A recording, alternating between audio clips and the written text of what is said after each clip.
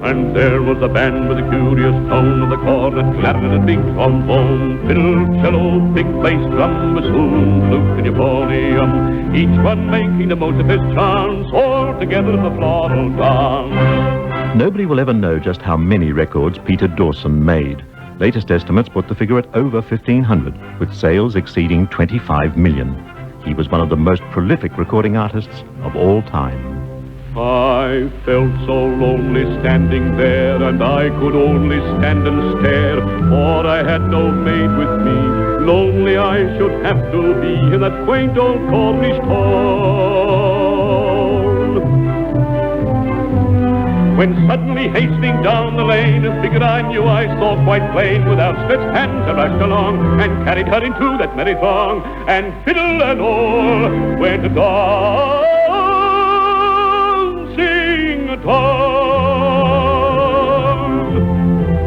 We danced the band, the curious tone of the cornet, clarinet, the big trombone, fiddle, cello, big bass drum, bassoon, flute, and euphonium, each one making the most of his charms, all together in the floral dance. Dancing here, prancing there, jigging, jonking everywhere, up and down and around the town. Hurrah for the Cornish floral dance. Peter Dawson's recording career spanned 50 years, and during that time he became the most well-known and respected singer in the British Empire. He was born on January the 31st, 1882, in a house in Castle Street, Adelaide, the 8th of 10 children born to Alison and Thomas Dawson. Mr. Dawson, who was Scottish, had given up a career at sea to settle in Adelaide. He was a strict Presbyterian, sending the family to church twice every Sunday and forbidding piano playing on the Sabbath. Young Peter attended the Pulteney Street Grammar School and did well in sporting activities, winning a prize for swimming in 1895. 2 years later, he won a 5-mile race for boys under 16. He became a capable boxer, notching up a South Australian amateur title in his teens. He was encouraged to sing by his mother, who herself possessed a sweetly modulated voice. At 16, he joined the choir of St. Andrew's Church in Wakefield Street, Adelaide, after which he started taking formal vocal lessons. His singing instructor was C.J. Stevens, founder and conductor of the Adelaide Choral Society. Although his parents supported his interest in singing, Peter was still expected to have a trade, so he began work in his father's flourishing ironworks business. During this time, Mr. Stevens convinced Peter that he should enter the bass solo section of the Ballarat South Street singing competition. The review in the press the day after the competition said, "Mr. Peter Dawson scored an easy win for his singing of The Bandit Chief." Professor Peterson, the sole judge, remarked that he was head and shoulders above all the others who appeared. Mr. Stevens was so convinced of Peter's future that he assisted with the cost of sending him to England for further study. And so it was that Peter, accompanied by his elder brother James, departed from Adelaide on March the 26th, 1902, aboard the SS Afrique, a vessel which was half sail, half steam. They arrived in London in late May. It was Derby Day, and also the last day of the Boer War. After some preliminary training in Glasgow, Peter returned to London and was accepted as a pupil by Charles Santley, a man regarded as the greatest English baritone of the day. Peter successfully auditioned for a concert tour of the West of England, organized by the great Wagnerian soprano, Madame Albani. The first concert was in Plymouth. Peter was 22, in hallowed company, and very nervous. Just before his entrance, he felt a hand on his shoulder. It was Charles Santley. "They are going to like your voice," he said. "Go on with a smile and enjoy yourself." Peter entered with assurance and sang with ease. The encore was the bandolero. I am the bandolero, the gallant bandolero. I rule the mountains and I claim as contraband what comes this way. I am the bandolero, king with a sort of halo. I am an outlaw, but have a kingdom beneath my sway. Roaming the mountains, an outlaw defiant, brave and gallant bandolero, will capture all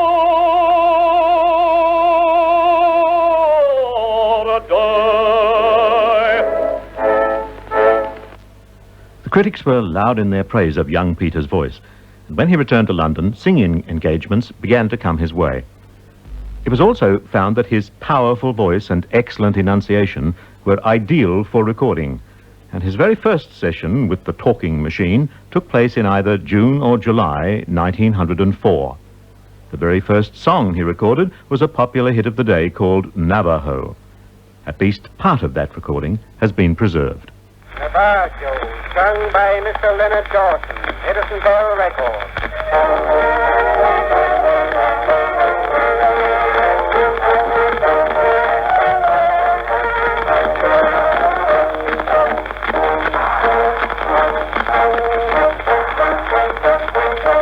Down on the sandhills of New Mexico, there is an Indian man.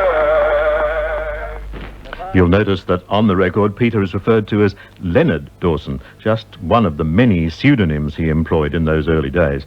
Another was Hector Grant. This was a Scottish music hall character that Peter assumed. Hector's style was very reminiscent of the great Harry Lauder. Peter, disguised in a tartan kilt, made his stage debut at the Coliseum in Glasgow in June 1906 and was a great hit with the audience. I wish I had someone to love me, sung by Hector Grant, Edison Record.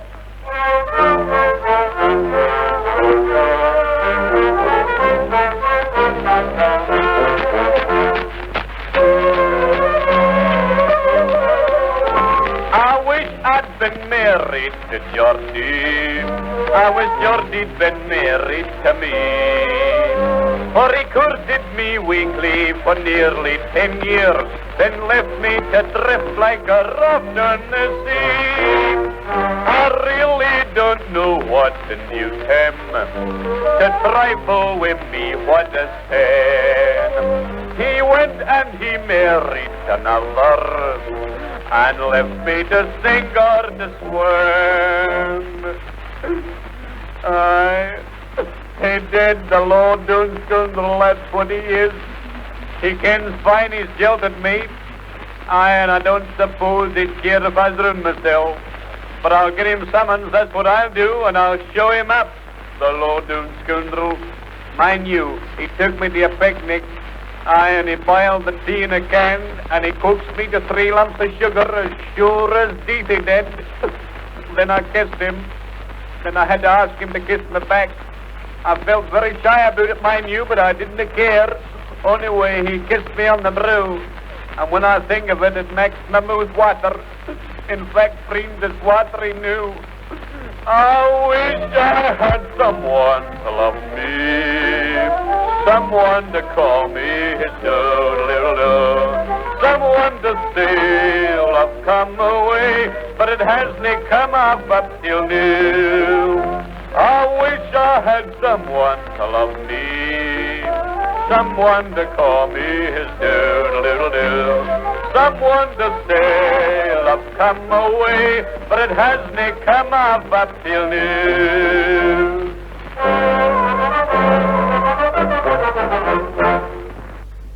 About this time, Peter met up with Dame Nellie Melba, and though they made a couple of recordings together, they never hit it off. Peter described her as a nice Australian girl who became the spoilt snob of the music world. He delighted in taking her down a peg or two, and in an interview many years later, he recalled the days when she reigned supreme at Covent Garden. As she was the principal singer, and nobody could depose her, and she could stop any singer from coming there to sing. And one was mentioned, I think it was Tetrazzini. She hadn't a chance of even getting in there with a tin opener while Nellie was there. But as soon as Nellie went, in came Tet. Well, anyway, and it had Melba, great letters. Melba, silence, silence. On the dressing room? Silence everywhere on the stage, and they used to watch. And whenever she came out of her dressing room to come across to enter whatever set she was going to sing on, all these crept away like mice out of sight. They wore plimsoll shoes so they wouldn't make any noise.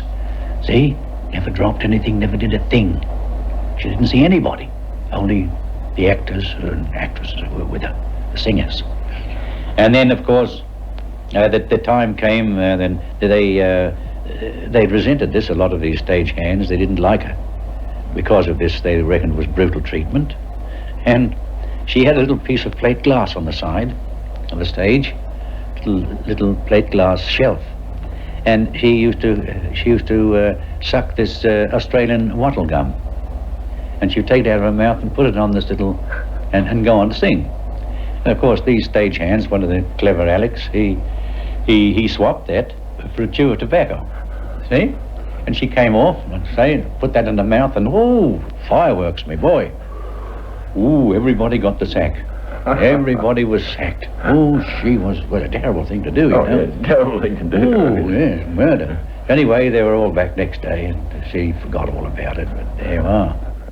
In 1905, Peter married Annie Noble, the daughter of a theatre manager who sang professionally as Annette George. They stayed married for nearly 50 years, until in 1953 she died after a long illness. The following year, he married her sister, Constance. In 1909, Peter returned to Australia for a national concert tour, and he found that even in the most remote outback areas, his fame had preceded him. The gramophone had replaced the piano as the family centre of entertainment. Come, come, come and make eyes at me down at the old Bull and Bush. Come, come and have some port wine with me down at the old Bull and Bush. Hear the little German band. Just let me hold your hand, dear. Do, come and have a dance or two down at the old Bull and Bush. Because there were no disc recording studios in Australia, Peter and his wife more or less became residents of Britain. Early in 1909, Peter gained a high reputation for his singing at Covent Garden, notably in Wagner's The Mastersingers. But preferring to sing to the man in the street, he decided to concentrate on the concert hall and the recording studio. He undertook tours of Australasia in 1912 and again in 1914. This last visit was interrupted by the outbreak of war, and Peter didn't return to the mother country till 1916. At his Sydney farewell concert, the programme patriotically announced, "Mr. Dawson generously donates a sandbag for every ticket sold." Upon his return to England, he made several recordings for the gramophone company, which became top sellers. A bachelor gay am I, though I'm suffered from Cupid's dart, but never I vow will I say die in spite of an aching heart. For a man always loves a girl or two, though the fact must be confessed. He always swears, always true, to every girl he tries to woo, that he loves her for the best. At 17, he falls in love quite madly with eyes of tender blue. At 24, he gets it rather badly with eyes of a different hue. At 35, you'll find him flirting sadly with 2 or 3 or more. When he fancies he is past love, it is then he meets his last love, and he loves her as he's never loved before. A girl, as you've heard of old, is a kind of a paradox. She changes her mind more times, I'm told, than ever she does a frog. And a man's like a moth around a flame, for it's nearly always found he burns his wings, but all the same, the nicest part of Cupid's game is fluttering round and round. At 17, he falls in love quite madly with eyes of tender blue. At 24, he gets it rather badly with eyes of a different hue. At 35, you'll find him flirting sadly with 2 or 3 or more. When he fancies he is past love, it is then he meets his last love, and he loves her as he's never loved before. At 17, he falls in love quite madly with eyes of tender blue. At 24, he gets it rather badly with eyes of a different hue. At 35, you'll find him flirting sadly with 2 or 3 or more. When he fancies he is first loved, it is then he meets his lost love, and he loves her as he's never loved before. Back in Australia, just before the end of the war, Peter enlisted in the AIF. He was on a troop ship in the Panama Canal when the armistice was declared. His discharge papers revealed his height as 5'6.5", eyes grey, with tattoos on both arm and chest. He was described as a vocalist and master plumber.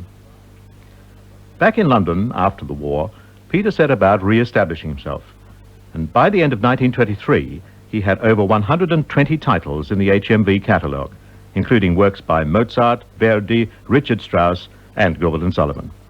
For light-hearted material, he used the name Will Strong, often in duets with Eric Cortland, who turned out to be the famous English tenor Ernest Pike.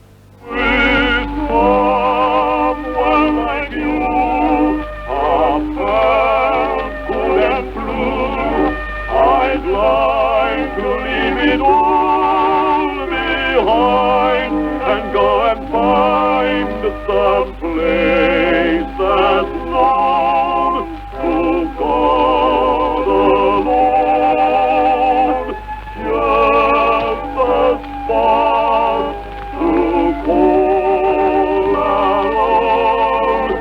We'll find perfect peace where joys never cease out there beneath the gloom.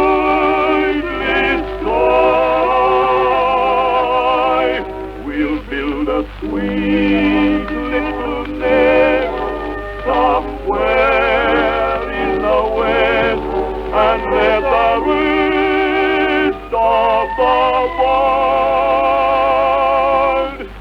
go forth.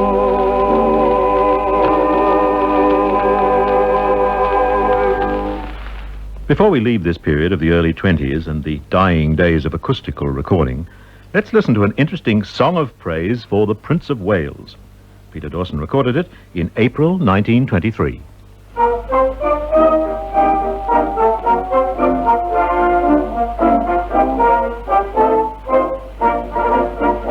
When you're looking for a man to lead the empire to her goal, when you're looking for a man to grip the empire's very soul, there is one renowned from sea to sea who nobly plays his part. With a magic charm of youth he holds the key to every heart. For the greatest lad we've ever had is the lad we're glad to know. The greatest lad the empire had, that's why we love him so. He is a true sportsman who plays the game. If winning or losing, his smile's the same. Long may he live, the greatest lad we've ever had. God bless the Prince of Wales.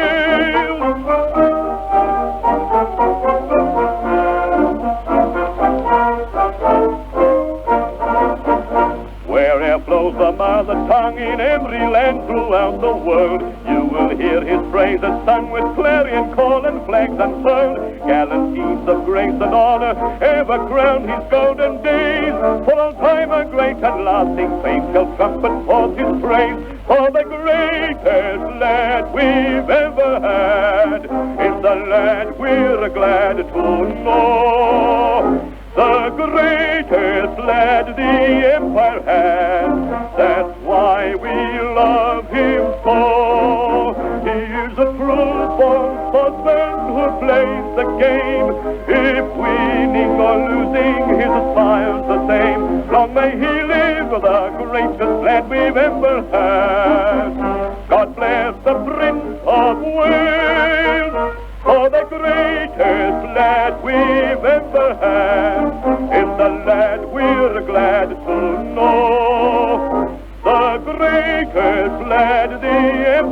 hand.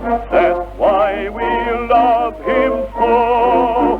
He is a true-born sportsman who plays the game.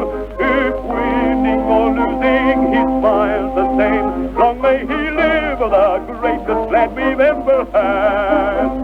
God bless the Prince of Wales. The greatest lad we've ever had was described at the time as having been sung with capital vigour. The second half of the 1920s was a great time for the gramophone industry. The advent of electrical recording in 1925 helped to increase sales, and these were further promoted through the new and rapidly growing medium of the wireless. Peter used electrical recording to advantage and re-recorded many of his standard songs. Sales boomed, and he soon became one of the best-selling artists of the time. There was scarcely a home which didn't have several or more of his recordings.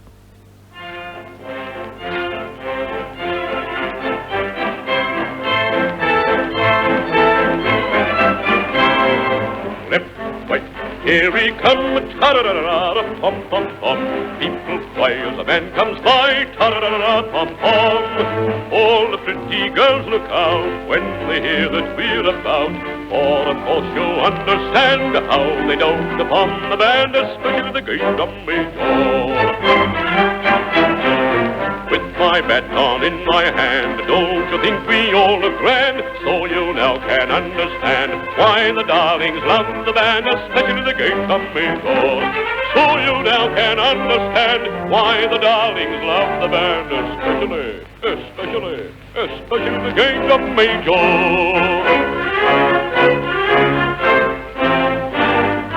Off to war we go, hurrah, ta-da-da-da-da-da-da-da. People say as we march away, ta-da-da-da-da-da. But when shots begin to fly, why should we lie down and die? When of course you understand it's not expected of the band, especially the great drum major. So we just begin to play, then we gently march away, for we must not risk our lives. We have sweethearts, we have wives, especially the great drum major. For we must not risk our lives. We have sweethearts, we have wives, especially the great drum major.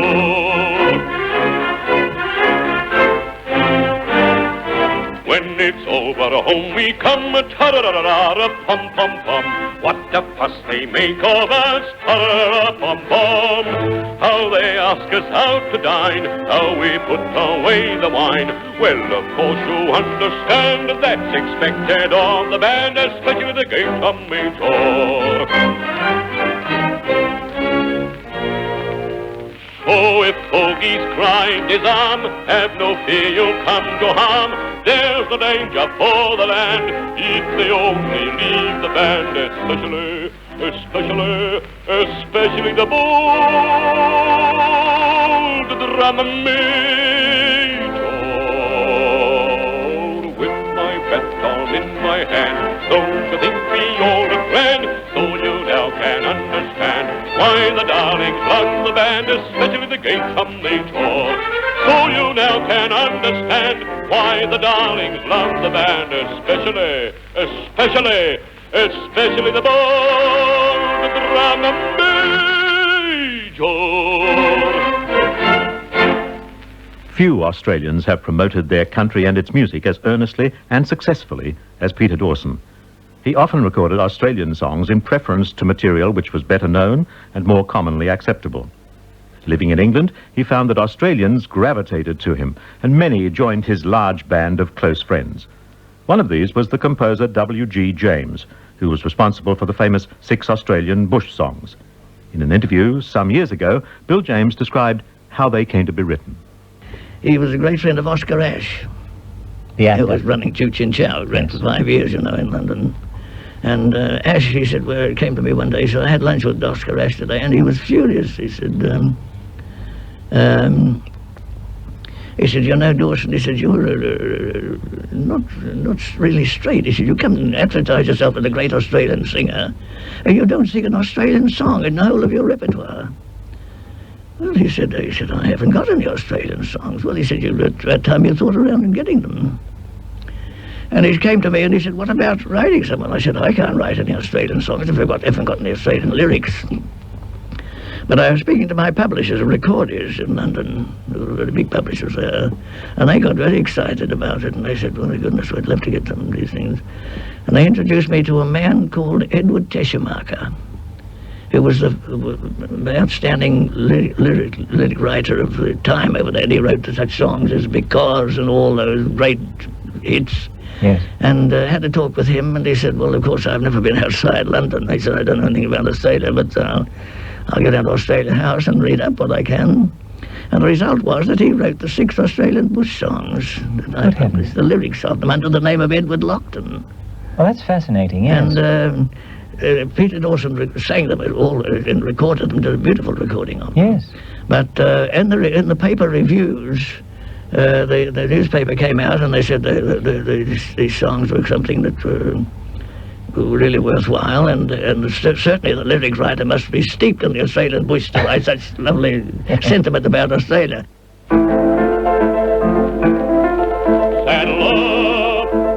up, for the morn is here. It's goodbye to the mist and the gloom, for the wild ducks cry in the swamp again, and the wattles are in bloom. Where the creeks be cool neath the Guinness shade, where the torrent's bed is bare. Saddle up, we must gallop home to the land of who knows where. Saddle up for the winds that fall, have a message that seems to say, you must blaze your trail through the sunlit land, for the brave days pass away. You must wheel your cattle and turn your loop, you must live and do and dare. Saddle up, you must be a man in the land of who knows where. The first of W.G. James' 6 Australian bush songs, or Anglo-Australian bush songs. Carl Linger's Song of Australia was written last century, and Peter's recording of that song has stirred many a proud Australian heart. The record was made in London in 1932, and the Australian tenor Fred Williamson is in the accompanying quartet.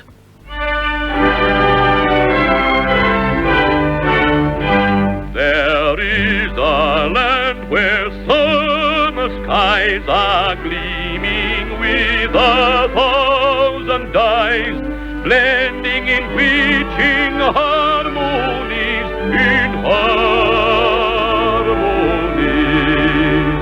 and the grassy knoll and forest height are flushing in the rosy light, and all above is azure bright.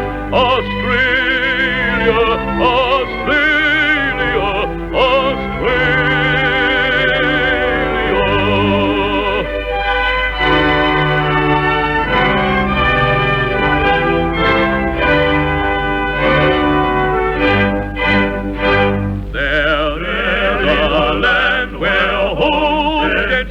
From sunny plain and woodland steep, and love and joy bright vigils keep, bright vigils keep.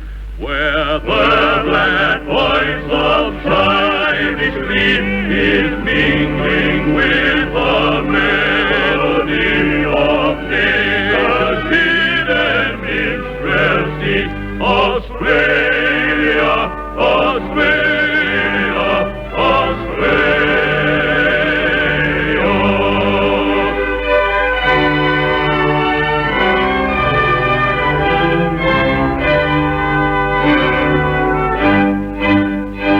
There is a land where floating free from mountain top to girdling sea, a proud flag waves exultingly, exultingly, and freedom the sons the banner bear. No shackled slave can breathe the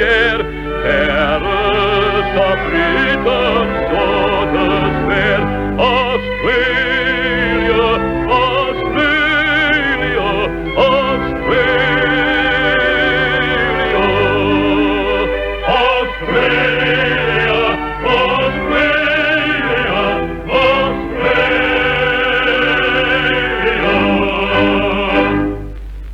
In the early 30s, Peter headed the bill at the London Palladium, with such supporting artists as Flanagan and Allen, Sophie Tucker, and George Burns and Gracie Allen. During this period, Peter made several tours of Australia and South Africa. After his return to England from South Africa in 1935, he recorded some of the popular hit songs of the day, written by Gus Kahn, Irving Berlin, and Harry Richmond.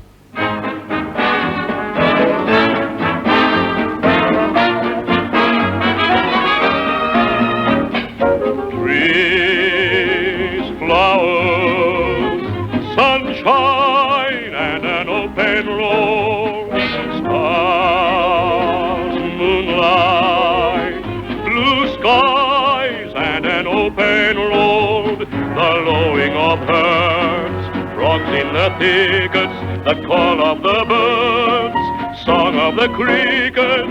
I'm the captain of my soul as I rolling along, heading for nowhere, just want to go where I can be free. Those skies are grey and rose muddy, I'll be okay. With the sun, my pal, the moon, my buddy, hand me that star. I'll hitch up my wagon, let me go far from the maddening fog. Show me new faces, new places. I'm a vagabond who's fond of wide open spaces. Let me be me, singing my song. It's swell, it's grand, it's great to be alive and kicking as I go, rolling along.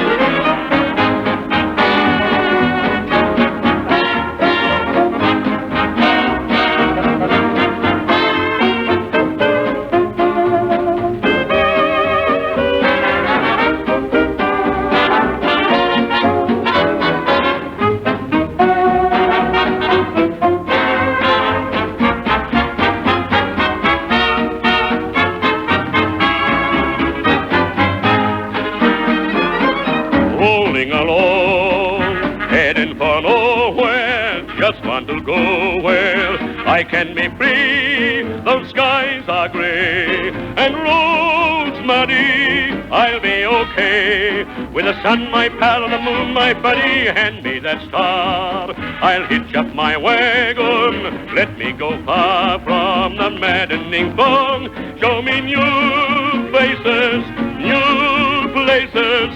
I'm a vagabond who's fond of wide open spaces. Let me be me, singing my song. It's swell, it's grand, it's great to be alive and kicking as I go, rolling along.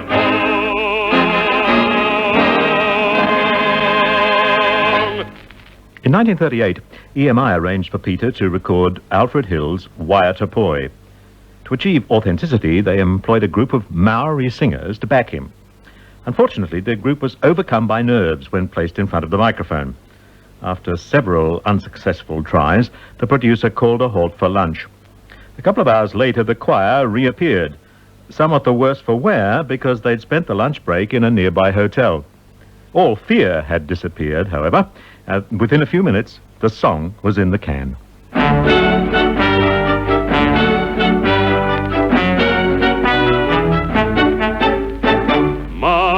Maori maiden brown, famed for poi play. Far on winds her name is blown, the dusky lights of hay. Far on the winds her name is blown. Hi, hi, hi, hi. Kirida, poi pardi sabra patua. Hi, hi, hi, hi, hi, hi, hi.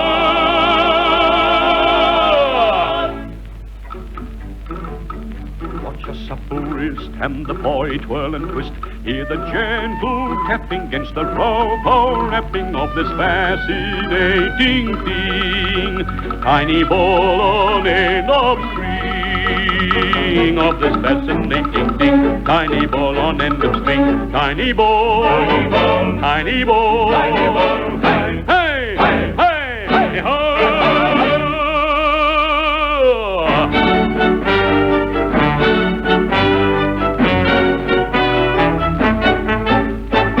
Mark the sound her pew-pew makes as the body moves. Mark the sound her pew-pew makes, that it is enchanted flex, such sweet music proves. Enchanted flex, such music proves. Hear it, by body capra patua. Hee-ha, hey, hee-ha, hee-ha, hey, hee-ha.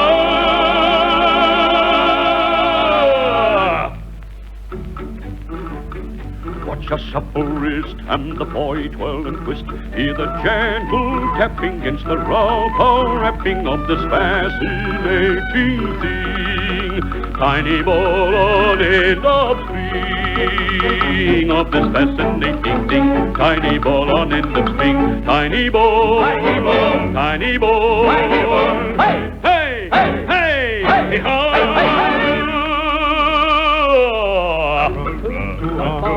Watch the supple wrist and the boy twirl and twist. Hear the gentle tapping against the rope, or rapping of this fascinating thing. Tiny ball on end of string of this fascinating thing. Tiny ball on end of string. Tiny ball, tiny ball, tiny ball. Hey, hey, hey, ho!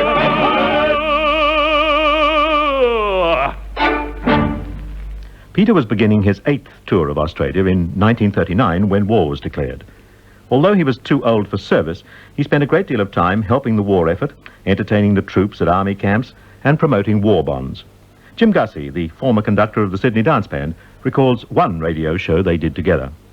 We were doing a show, I think it was in the 1941, 1942, just after taking the band over. And it was searchlights over London. That's when London was starting to get bombed and goodness knows what. And it created quite a lot of interest with the listeners. And Peter came in, and the finale of it was a big vocal finale, 16-piece wireless chorus. The band had been augmented. I think I got 3 extra players that night. And Peter singing this number, I can't recall the number. And at the end of the number, the idea was that I cut everybody off, and there's a silence, and then they cued the effects boy, and then there's guns going, planes whizzing around and everything. And I cued them, everybody cut off, but Peter kept holding on to this note. And everybody was absolutely stunned. And I'm waiting for him to finish. The producer's trying to cue the guns to come in. Peter's still howling the night, and he just came up to me and just whispered in my ear. His whispers were very audible at any time. And he just says, "I bet that frightened the hell out of him."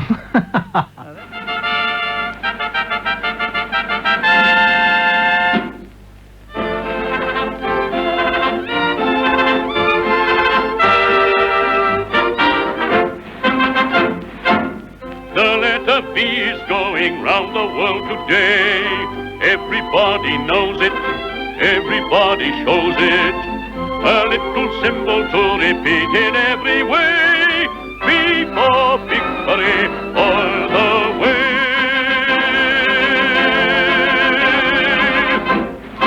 Say it, sing it, play it, swing it. V for victory. Tap it, talk it, on walls chalk it, V for victory. Though we've taken hard blows on the chin, chin, chin, in the end we are bound to win, win, win. So say it, play it, sing it, swing it, V for victory. There is a lesson to be learnt by us today. Let us realize it, everybody prize it. Let's keep our freedom and exploit in every way. Be for victory, come what may. Say it, sing it, play it, swing it, be for victory. Tap it, talk it, on walls chalk it, be for victory. Though we've taken hard blows on the chin, chin, chin, in the end we are bound to win, win, win. So say it, play it, sing it, swing it, be for victory. Da-da-da-da, da-da-da-da, da-da-da-da, da-da-da-da, be for victory. Da-da-da-da, da-da-da-da, da-da-da-da, da-da-da-da, be for victory. Though we've taken hard blows on the chin, chin, chin, in the end we are bound to win, win, win. So say it, play it, sing it, swing it, be for victory. Peter Dawson with the ABC Sydney Dance Band, conducted by Jim Gussie. After the war, Peter, then in his 60s, returned to England to re-establish himself once again. Within a 7-month period, he gave nearly 57 concerts, made broadcasts for the BBC, and did several recording sessions for HMV. The British were amazed with the superb quality of the veteran artist's voice.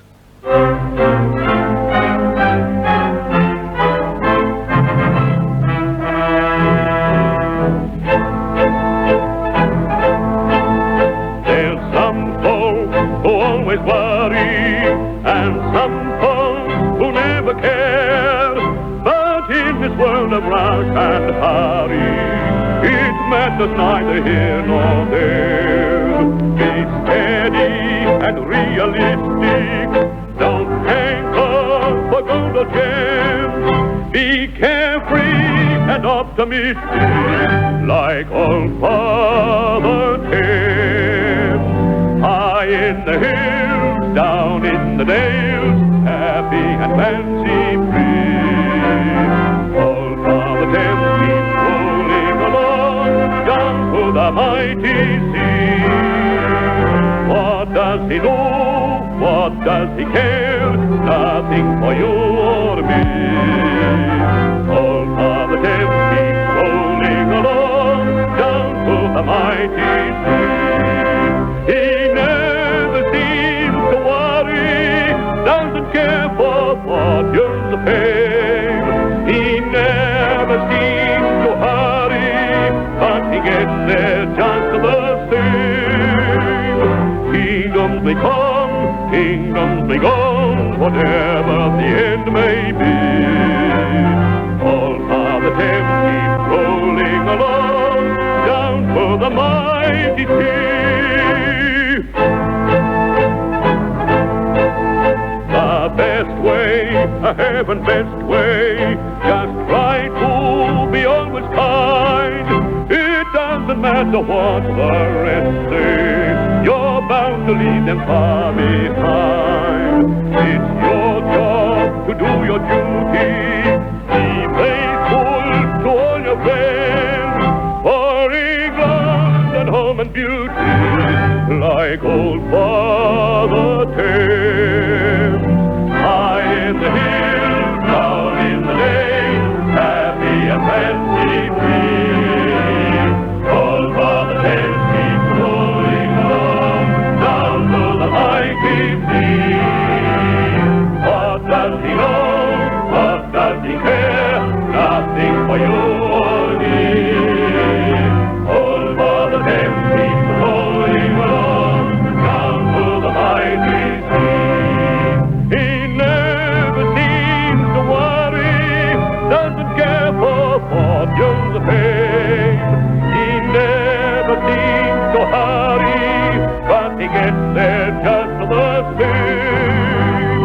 Kingdoms may come, kingdoms may go, whatever the end may be.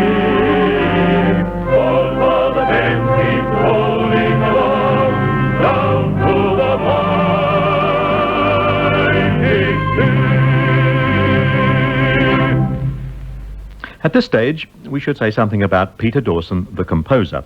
He began writing as early as 1905 when he composed A Woman's Love. He loved to write of the open air, adventure, the sea, patriotism, England and the Empire. Two of his finest Australian compositions, Lassiter's Last Ride and The Bushranger, were written with Edward Harrington. But perhaps his most famous song is Boots, written in the 30s, a setting of the words of Kipling. He used yet another assumed name for his songwriting, usually J.P. McCall. Here's an excerpt from an ABC radio broadcast made in Adelaide in 1958, where Peter talks about his composing. Mr. Dawson, could you tell us, first of all, did you start writing songs from the beginning of your concert career? Oh, no. Not until I was about 20 years of age. And it's well known nowadays, of course, that you published them under the name of J.P. McCall. Could you tell us why that was? Well, I thought at the time, Peter Dawson, had I given the name of Peter Dawson to all my compositions, if I was singing them on a program, it would look too bad. A song written by Peter Dawson, sung by Peter Dawson, recorded by Peter Dawson, looked too much to me like Home Faith, Hope, Faith and Charity. So I stuck to this, thought of this J.P. McCall, and stuck to it ever since. The name itself has no particular significance? Oh, no, nothing at all. Nothing at all.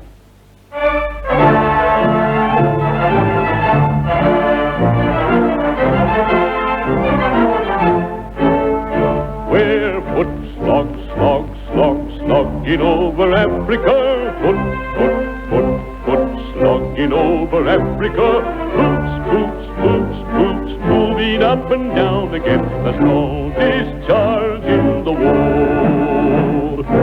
7, 6, 11, 5, 9 and 20 miles a day, 4, 11, 17, 32 the day before. Boots, moving up and down again. There's no discharge in the war. Don't look at what's in front of you. Boots, moving up and down again. Men, then go mad with watching them, and there's no discharge in the war. There's no discharge in the war. Try to think of something different. Oh my God, keep me from going lunatic. Boots, moving up and down again. There's no discharge in the war.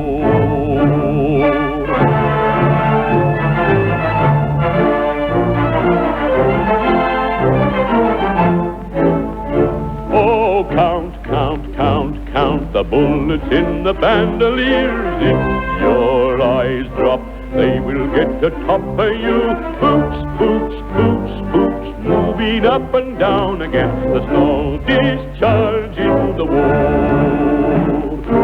We can stick out hunger, thirst and weariness, but not the chronic sight of them. Boots, moving up and down again. There's no discharge in the war. Tain't so bad by day because of company, but night brings long strings of 40,000 million. Boots, moving up and down again, and there's no discharge in the war. There's no discharge in the war. I have marched 6 weeks in hell and certify it is not fire, devil's dark or anything but boots, moving up and down again, and there's no discharge in the war. In 1949, Peter returned from England to tour for the ABC. His accompanist was Geoffrey Parsons. Over a period of 22 weeks, they travelled nearly 1,000 miles and gave 45 concerts. There's a track winding back to an old peasant shed along the road to Gundagai, where the blue gums are growing and the Murrumbidgees loving beneath the sultry sky, where my daddy and mother are waiting for me, and the pals of my childhood once more I will see. Then no more will I roam when I'm heading right home along the road.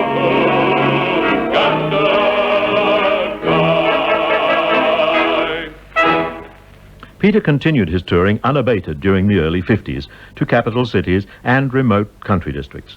In 1952, he went to New Guinea and delighted the locals with his songs.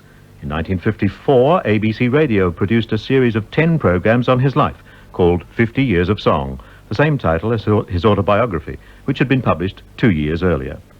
There was a nostalgic farewell tour of England in late 1954, during which he made a final visit to the HMV studios in Abbey Road to record just 2 songs in the newly introduced stereophonic system.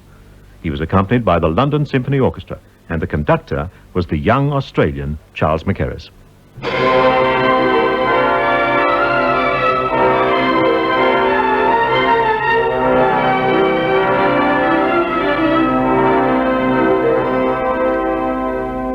I had written him a letter, which I had for want of better knowledge sent to where I met him down the Lachlan years ago. He was shearing when I knew him, so I sent the letter to him, just on spec addressed as follows: Clancy of the Overflow. And an answer came directed in a writing unexpected, and I think the same was written with a thumbnail dipped in tar. Was a shearing mate who wrote it, and verbatim I will quote it: Clancy's gone to Queens and Golding, and we don't know where he are. With this stereo recording of Albert Ireland's Clancy of the Overflow, Peter Dawson became possibly the only artist to encompass all the major forms of sound recording from the turn of the century to today. They included 2-minute wax cylinders, 4-minute amberol cylinders, standard 78s, Hill and Dale discs, and finally stereo. Peter returned to Australia in 1955, and he and his wife settled in the Sydney suburb of Newport. He came out of retirement several times for radio and television appearances, notably on an ABC television program in 1957, which celebrated 25 years of radio history. His later years were troubled by ill health. At the age of 79, he entered a private hospital in the seaside suburb of Harvard, suffering from a heart condition. He died there on the 27th of September, 1961. For a final tribute to this great Australian singer, here is Peter Dawson's now famous accompanist of the 1949 tour of Australia, Geoffrey Parsons. Apart from Melba, I think he was the most well-known Australian singer probably for 40 or 50 years. Again, obviously in a completely different field from Melba, but everybody knew that he was an Australian. And this is an extraordinary thing because his Australian accent does show on the recordings, one can hear it, but the diction is so clear. That's another wonderful thing about every word that he sang was entirely obvious, and he had a great feeling for the words as well, and was very expressive in using them. But yes, I do think he made a great contribution to the knowledge of Australia as a musical country.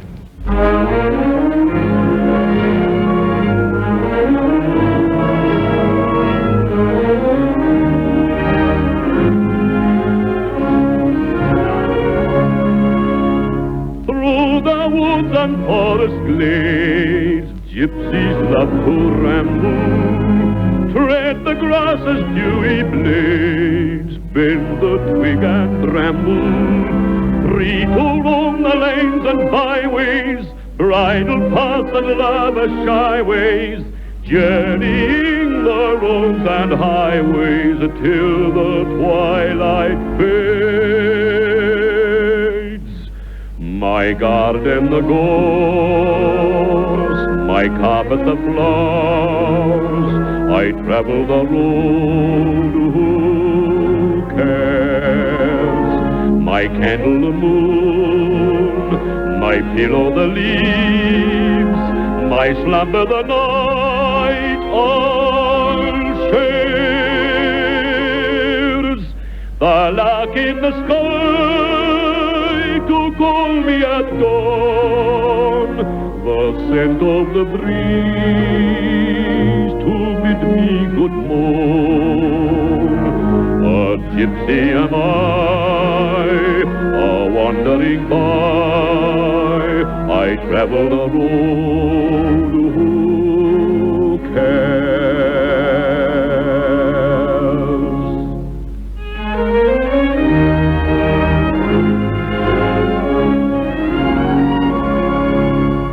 Autumn spreads her perfume rare, russet leaves are falling, larks and linnets in the air, to the air are calling. To her bed the moon is wending, day to gypsy folk is sending. Skies are blue for that unending journey, who knows where? My garden the gorse, my carpet the flowers, I travel the road, who cares? My candle the moon, my pillow the leaves, my slumber the night all shares.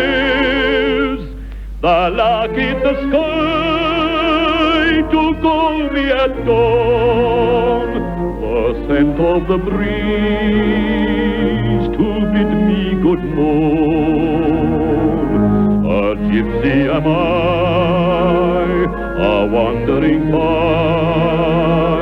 I travel the road, who cares?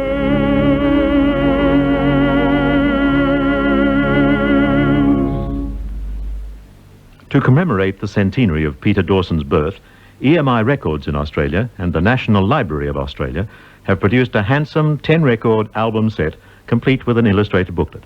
It's called Peter Dawson, Ambassador of Song. Our thanks to Bill Robinson of EMI and Peter Burgess of the National Library, as well as ABC Radio Archives, for their help in compiling this program, which was written and produced by Rob Sharp and narrated by John West.